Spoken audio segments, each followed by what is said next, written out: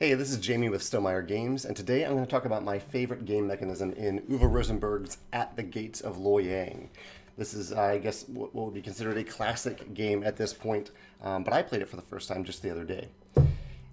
It's essentially a farming game with an interesting draft mechanism, lots of different cards that you can play for different effects. Lots of cool stuff. I highly recommend watching a video about how to play this game. However, I like to highlight my favorite mechanism, and I want to highlight one very specific mechanism in this game, and it relates to the score track in the game. So the score track is represented here on your own little player mat. And the way you gain points in this game, I think, is really, really cool. Basically, at the end of each round, I believe there are 9 rounds in the game.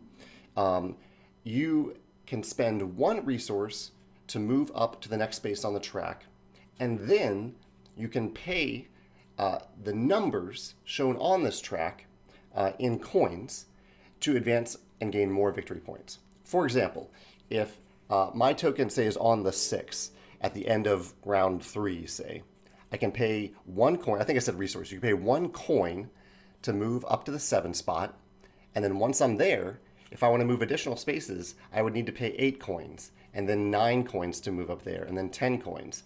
So at the end of every round, you have this, or during each round, you're trying to essentially puzzle it out so that you have enough money to spend that one, and then spend at least whatever the next step is, and then maybe even more. Money does carry over to the next round, but you're trying to get that number really, really exact. So if I'm on the 10 here, and I only have 9 coins, then at the end of that round, I'm only going to be able to move up 1 space to spend that 1 coin. I don't have 12 to move up to the next space on the points track.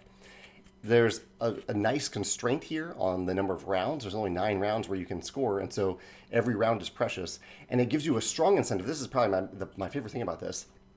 It's not a game where you're going to be scoring all the points at the end of the game. You can't just save up your money until the end of the game because of that nice perk of being able to spend 1 to move up to the next space. You want to be able to do that every round. You really need to be able to do that every round.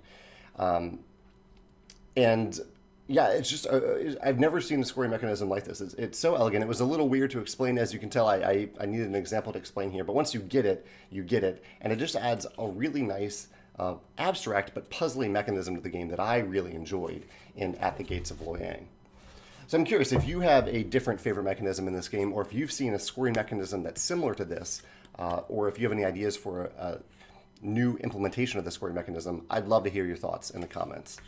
Thanks.